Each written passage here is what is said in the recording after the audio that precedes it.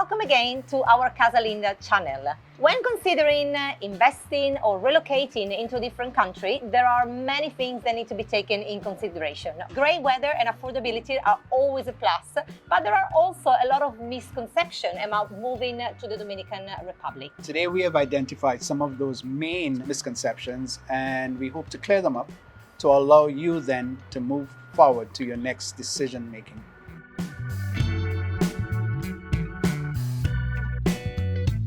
Location is not convenient. Location, location, location. Casa and its community is strategically located 15 to 20 minutes drive from the Puerto Plata airport. A half an hour drive from Puerto Plata, another 10-minute drive to Cabarete. We're surrounded by beaches, rivers, small towns, mountain towns. There's just so much to do within a 1 hour, 30 minutes to 1 hour radius of Casa. Yeah, even though it feels like you're in your own bubble here in Casa, you have services right a few minutes drive. There's different towns, there's beautiful sites to visit, and it's a lot more green as well, the north coast. And those mountains also protect us from hurricane, so it's very, very rare that we get any dangerous storms here. We're an hour and a half drive from Santiago. Speaking of Santiago, the airport in Santiago, there are a lot more daily flights servicing the eastern coast of the United States. So very, very convenient again to get to the Casa area from Santiago. And it is a short flight from North America. So for those of you coming from Ontario, it's about 4 hours from Toronto. New York is a 3 hour. Miami is only an hour and a half. So you can even just come down and enjoy your villa or visit for the weekend. The DR is not safe. I've lived here for many years as a foreign woman, and I never had any issues. I feel really safe walking around, interacting with the local people.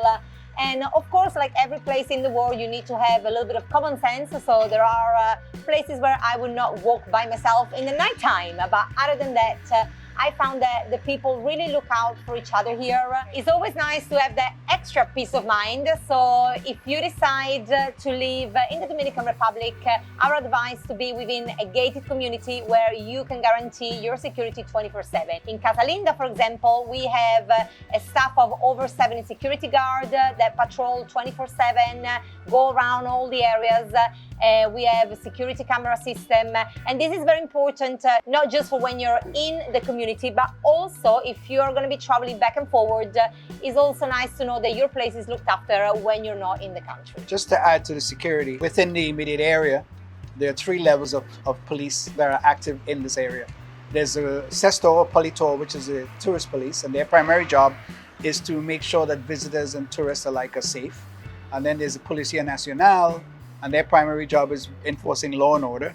And then there's the AMET, whose primary job is the traffic controls. It's a very, very safe place. In fact, that's one of the reasons why my wife and I actually decided that this is where we want to just settle. Because the idea of having access control when you drive in, of having a security officer patrolling a small area around where you live, the idea of having mobile supervisors on bikes 24/7, plus the 200 plus CCTV cameras throughout the community just gave us a really, really good feeling. It is expensive to live in the Dominican Republic. That's one of the misconceptions, again, that is so false. It is very, very reasonable to live here. In this immediate area, there are 2 large supermarkets that you would find just about any product that you're looking for. If you choose to go with foreign brands, then you can expect to pay a little bit more. But the local brands and the brands that are made for this market are equally good. And I find things like fresh food, like vegetables, fruit, meat, it is very, very reasonable price. Yeah. Even within your villa, you have the option to plant fruit trees. For instance, in my villa, I've got bananas, I've got mangoes, I've got lime, just planted guava. So yeah, that's the life. Very, very reasonable to live here. You can actually go out and have yourself a good dinner, bottle of wine or beer, depending on what your poison is, and be within $20 to $30 US. And it's nice that there are options. Of course, if you want to go to the more upscale restaurant, yes, there are some really fancy places, which I think comparing to, especially North America, they're still very affordable. But then you have your local places as well, where for just $4 or $5, you can have your typical Dominican lunch, like the 200 bandera, pesos. 200 pesos. The beaches are not nice in the North Coast.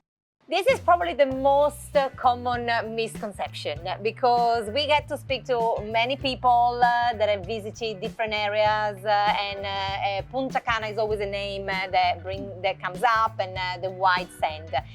Yes, it is true that the sand here in the North Coast has got more of a golden color, so sometimes the scenery can be a little bit different. But the amount of varieties of beaches that you find in this area, you will not find anywhere on the island. We also have beaches with the white sand, so you can go and visit Punta Russia by Paradise Island. 5 minutes from Casa you have Sosua, which is one of the best spots for snorkeling. 10 minutes down the road you have Cabarete, where you have a beach where there's a lot of nice restaurants and bars, so you can have a very social life and relaxing time there. We have Encuentro, which is the mecca of all the water sports. So this is actually the only place in few places in the world where you can do kite surfing, surfing and paddleboarding all on the same day, because we offers all these conditions. In the North Coast, the beaches are public, so you can use any beaches without paying access. I love Cabarete Beach to go out for a nice meal, and you have your dinner with your feet in the sand, and fresh food, nice mojitos. So that is one of my favorite beaches. My name is Silvia Tarenghi. And I'm Arnim Donawa, part of our digital sales team here at Casa.